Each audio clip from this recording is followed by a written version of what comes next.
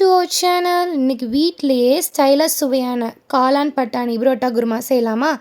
இதுக்கு தேவையான தக்காளி, வெங்காயம், கருவேப்பிலை, சோம்பு, சீரகம் எல்லாமே நான் ஆல்ரெடி வதக்கி ஓரமாக ஆற வச்சுட்டேன். இப்போ அது கூடவே தேங்காய் ஒரு கையளவுக்கு ஜார்லேயும் போட்டு வச்சுட்டேன்.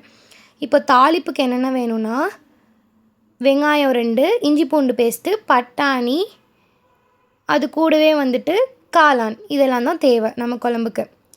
இப்போது நம்ம ஆல்ரெடி நாங்கள் ஆற வச்சுருக்கேன்னு சொன்னல மசாலா, அதை மிக்ஸி ஜாரில் தேங்காவோடு சேர்த்து ஓட்டி எடுத்து வச்சுக்கலாம். இப்போ குழம்பு தாளிக்கிறதுக்கு சீரகம், சோம்பு, அந்த ஸ்டாரு பூ இருக்குல்ல அது, பட்டை, அப்புறம் கசகசா, ஒரு பிரியாணி இலை, இதெல்லாமே சேர்த்து நல்லா பொரியணும், நல்லா பொன்னிறமாக. அது கூடவே நம்ம கட் பண்ணி வச்சுருக்க 2 பெரிய வெங்காயத்தையும் ஆட் பண்ணிக்கலாம்.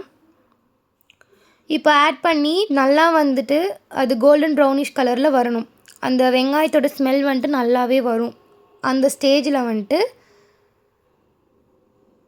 அது கூடவே இஞ்சி பூண்டு பேஸ்ட்டும் ஆட் பண்ணிக்கணும்.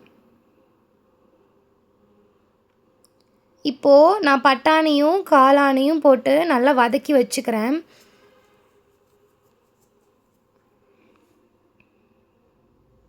இப்போ ஆல்ரெடி அந்த சைடு நான் அரைச்சி வச்சுருக்கேன்ல, அந்த மசாலா தான் இது. இதுக்கு தேவையான மசாலா என்னென்ன அப்படின்னா, மிளகாய்த்தூள், மல்லித்தூள், கரம் மசாலா, ஜீரகத்தூள், இதெல்லாமே சேர்த்தி தேவையான அளவுக்கு உங்களுக்கு எவ்வளோ தேவையோ அதெல்லாமே போட்டுக்கலாம். தேவையான அளவுக்கு இப்போ உப்பு போட்டு நல்லா எல்லாமே சேர்த்து கிளறி விட்டுறலாம். பார்த்தீங்களா, கலரே சேஞ்ச் ஆயிடுச்சு நல்லா கிளற. இப்போது அது கூடவே நம்ம ஆல்ரெடி அரைச்சி வச்சுருக்கோம்ல, அந்த பேஸ்ட்டை நம்ம ஆட் பண்ணி நல்லா மிக்ஸ் பண்ணி விட்டுக்கலாம்.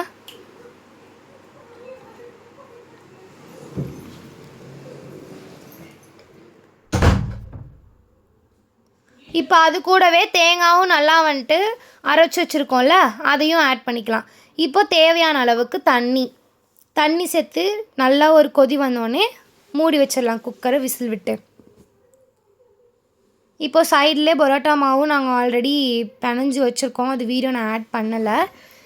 அது ஒரு 4 ஹார்ஸ் கிட்ட ஊறணும் மாவு. இப்போது நம்ம சப்பாத்தி மாதிரி தேய்ச்சிட்டு நம்ம பரோட்டா போடுவோம்ல, அது மாதிரி நல்லா போட்டுடலாம்.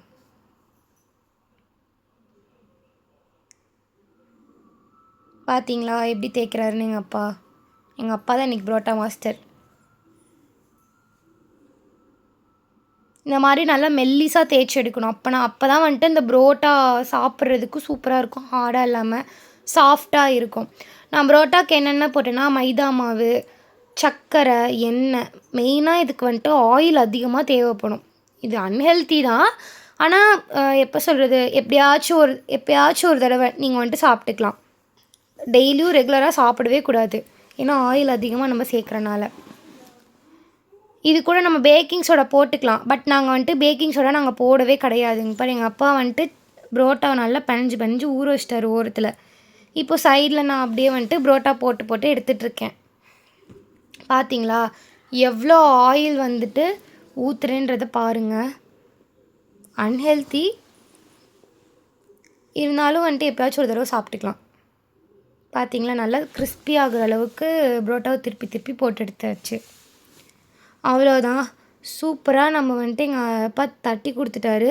நாங்கள் பரோட்டாவை பிச்சு போட்டு குழம்பு ஊற்றி சாப்பிட்றோம். அவ்வளோ டேஸ்ட்டாக இருக்குது. நீங்களும் வீட்டில் செஞ்சு பார்த்துட்டு சொல்லுங்கள். பாய். சப்ஸ்கிரைப் பண்ணி